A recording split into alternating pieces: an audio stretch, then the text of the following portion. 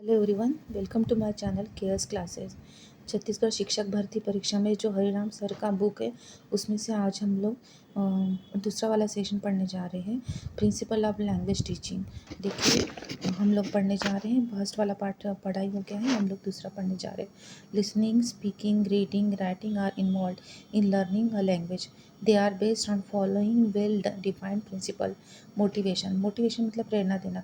जब तक कोई प्रेरणा नहीं देता तब तक किसी को इच्छा नहीं होती पढ़ने की, इसलिए मोटिवेशन एक ज़रूरी पार्ट है इसमें का। Learners can be motivated to learn a language. Learners को मोटिवेट किया जाना चाहिए एक लैंग्वेज पढ़ने के लिए, कोई भी लैंग्वेज हो। It plays an important role in a learning a language. ये बहुत इंपॉर्टेंट रोल प्ले करता है लैंग्वेज लर्निंग के लिए। अगर किसी को आप बोलते ही नहीं है पढ़ने के लिए तो कोई क्या पढ़ेगा। When someone says you did a good job, it means that he is appreciating you.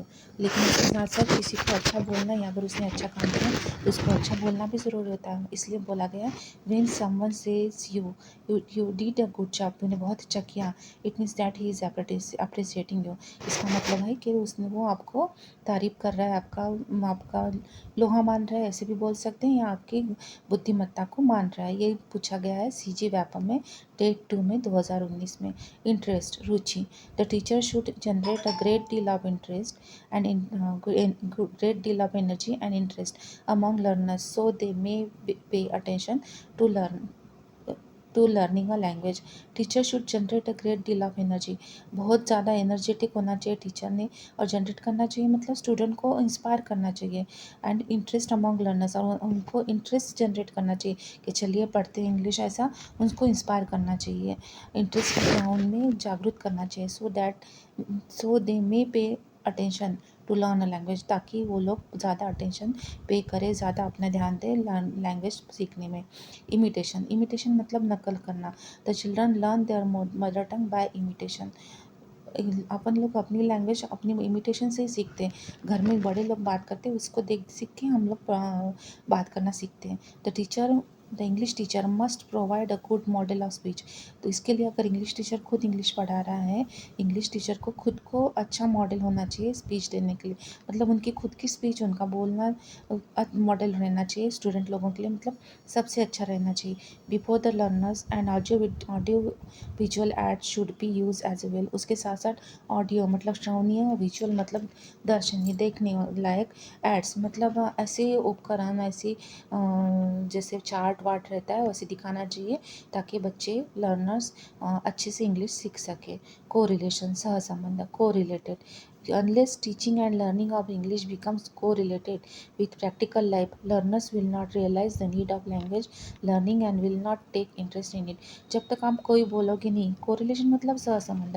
अभी इंग्लिश बोलना अपने लैंग्वेज में से इंग्लिश में अच्छे से ट्रांसलेट करना, या अच्छे से इंग्लिश में अपना एक्सप्रेशन दिखाना, ये ज़रूरी है। इंग्लिश में बात करना ज़रूरी है। ये जब तक कि हम लोग समझाएंगे नहीं, तब तक के उसका को रिलेशन मतलब उसका संबंध समझाएंगे नहीं, तब तक किसी को इंटरेस्ट आएगा ही नहीं इंग्लिश सीखने के लिए। एक्यूरेसी, विशुद्धता। The English teacher should make accuracy by speaking, teaching, writing English language so that learner should follow their teacher and consider him as a role model. ये बात तो एकदम सही है। अगर टीचर ही गलत करेगा तो बच्चे कहाँ से सीखेंगे। तो टीचर ने खुद ही एक्यूरेटली स्पीकिंग, टीचिंग, राइटिंग में इंग्लिश में होना चाहिए। मतलब उनका इंग्लिश राइटिंग अच्छा होना चाहिए, स्पीकिंग, उसके साथ साथ टीचिंग भी मॉडल होना चाहिए। मॉडल होना चाहिए मतलब उनको उनके जैसा बनने की स्टूडेंट में इच्छा होनी चाहिए। पर्पस, उद्देश्य। There should be a definite purpose of learning a language so that learning may be easy and suitable. अभी लैंग्वेज पढ़ने के लिए पर्पस तो होना ही चाहिए। अभी कोई भी काम करने हम लोग जाते हैं तो उसके पीछे पर्पस तो होना ही चाहिए कि हम लोग क्यों कर रहे हैं। There should be a definite purpose होना चाहिए। जैसे अभी इंग्लिश लैंग्वेज सीखने के लिए ज़रूरी है, समय की मांग है, क्योंकि सब ट्रांजैक्शन इंग्लिश में होते हैं, तो ये ज़रूरी है, इसलिए बोला गया है कि उद्देश्य, पर्पस अपना क्या होना चाहिए, डिफाइंड होना चाहिए। लैंग्वेज सो दैट लर्निंग में भी इजी एंड सुटेबल। तो किसी को भी पढ़ने में अच्छा लगेगा कि मुझे ये पढ़ना है क्योंकि ये ज़रूरत है। अकुस्टम विथ लैंग्वेज, भाषा का आदत बनाना। When English is being learned it should be accustomed with learning so that listening, speaking, reading and writing habit are to be formed consciously and unconsciously. देखिए, जब आप इंग्लिश लैंग्वेज सीखते हैं तब आपने मेरे चैनल पे देखा होगा, इसी चैनल पे आपको इंग्लिश के वीडियो मिल जाएंगे। तो आपको जानते अनजाने, जाने अनजाने आपके मुंह से इंग्लिश आ जानी चाहिए। इसके लिए स्पीकिंग, रीडिंग, लर्निंग ज़रूरी है। मतलब आपको इच्छा होनी चाहिए अंदर से कि चलो मैं इंग्लिश पढ़ लेता हूँ। इंग्लिश में बात अपने आप निकलनी चाहिए, उस हद तक हमको पढ़ना है, श्रवण करते जाना है, पढ़ते जाना है। बार बार अगर आप उसी के टच में रहेंगे इंग्लिश के, तो इंग्लिश आएगी। अगर हम लोग अपनी लैंग्वेज क्यों सीखते, क्योंकि बार बार उसी के टच में रहते मदर लैंग्वेज, इसलिए हम लोग बहुत अच्छे से सीखते बिना ग्रामेटिकली पढ़े हुए। बिना वो हम लोग अनार के हो तो स्कूल में जाते तब पढ़ते, लेकिन हमको बोलना पूरा पहले ही आ जाता है। ओरल अप्रोच, मौखिक दृष्टिकोण। The oral approach of situational language teaching is based on a structural view of language. Speech structures and a focus on a set of basic vocabulary items are seen as the basic of language teaching. देखिए, mother language तो हम लोग पढ़ लेते हैं, बिना लिखना जाने हम लोग बोलना सीख लेते हैं, लेकिन मौखिक दृष्टिकोण, ओरल अप्रोच भी ज़रूरी है। उसके लिए हमको क्या होना चाहिए, द ओरल अप्रोच और situational language teaching is based on a structural view of language. उस लैंग्वेज का स्ट्रक्चर लेवल समझना बहुत ज़रूरी है। Speech structure and focus on a set of basic vocabulary. उसके साथ साथ बेसिक वोकेबलरी, बेसिक वोकेबलरी मतलब उस लैंग्वेज के बेसिक वर्ड्स हमको आने चाहिए। हमारे लैंग्वेज के हमको इमिटेशन से मतलब देख देख के आ जाते हैं, लेकिन हम लोग कोई नई लैंग्वेज सीखने जा रहे हैं तो उसका स्ट्रक्चर, उसके साथ बेसिक वोकेबलरी मतलब बेसिक वर्ड, वोकेबलरी मतलब शब्दकोश हमको आना चाहिए। Seen as the basic of language teaching. ये बहुत ज़्यादा बेसिक हो गया लैंग्वेज टीचिंग का, लैंग्वेज टीचिंग सिखाने के लिए या लैंग्वेज सीखने के लिए। अभी देखिए, उसका है नेचुरल ऑर्डर ऑफ लर्निंग। ये कैसे नेचुरली आएगा?